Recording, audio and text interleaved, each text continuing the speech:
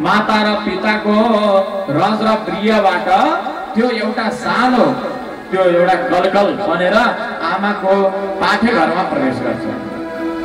एउटा बुदबुद बनेर, बुदबुद भनेको पानीमा फोका हुन्छ नि, त्यस्तै पानीको फोका जस्तै बनेर आमाको पाठेघरमा गर्भगृहमा प्रवेश गर्दछ।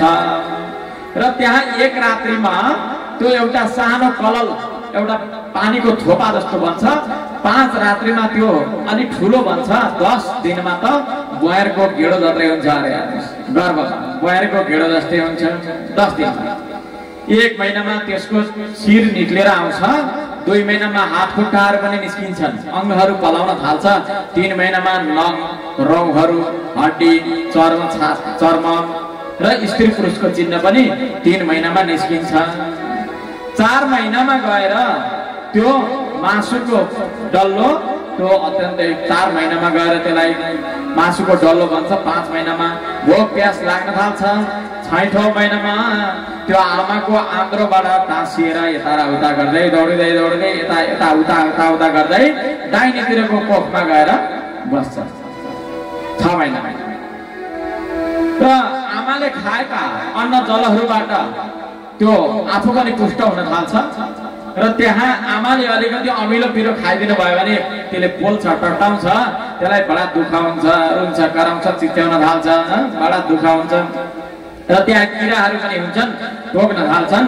यस्तो प्रकारले त्यो पिंजडामा बन्द भएको पक्षी जस्तै बडा आत्तिएर रुँदै कराउँदै त्यहाँ आमाले अमिलो पिरो खाँदाखेरि त भित्र खुर्को फिन्छ, बडा दुखी भएर पीडित हुन्छ। 7 महिना आरम्भ भएपछि त्यसलाई अलिअलि बुद्धि आउँछ, चेतना आउँछ र भन्छ, हे भगवान कहाँ फसाइदियौ, यो भन्दा त बरु घरकै ठिक थियो, यता चल्नु पनि छैन, उता चल्नु पनि छैन, घरिघरि पोल्छ, किराहरूले टोक्छन्, कति दुखी भएर यस्तो यो रगतको कुण्डमा गाडिएर बस्नु, हे भगवान लौ न मलाई बाहिर निकाल्दिनुहोस्, एकपटक बाहिर मात्रै निकाल्नुहोस्, मैले जीवनभर हजुरको ध्यान तपस्या गर्छु प्रभु, संसारमा त म फस्दिन, यो जन्म मृत्युको चक्करमा पनि पर्दिन भनेर भगवानको प्रार्थना गर्छ, हे भगवान लौ न मलाई बाहिर निकाल्दिनुहोस्।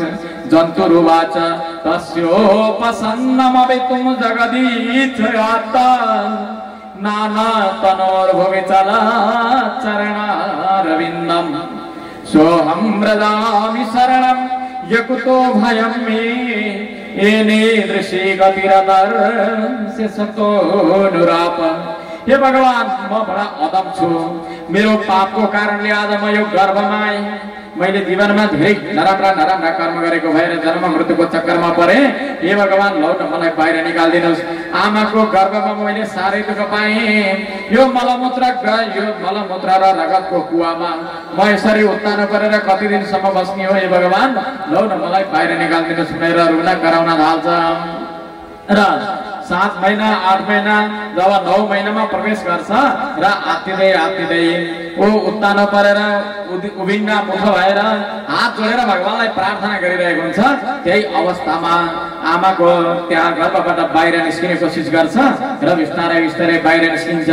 जसै बाहिर निस्किँदा हात जोडेकै अवस्थामा टाउको निस्किन्छ पहिला र बाहिर निस्किन साथ रुन थाल्छ, उहाँ रुन थाल्छ। रोएपछि भगवानको मायाले बाहिरपट्टि ड्युटी गरिरहेकी छन् कि फेरि बडा गाह्रो छ।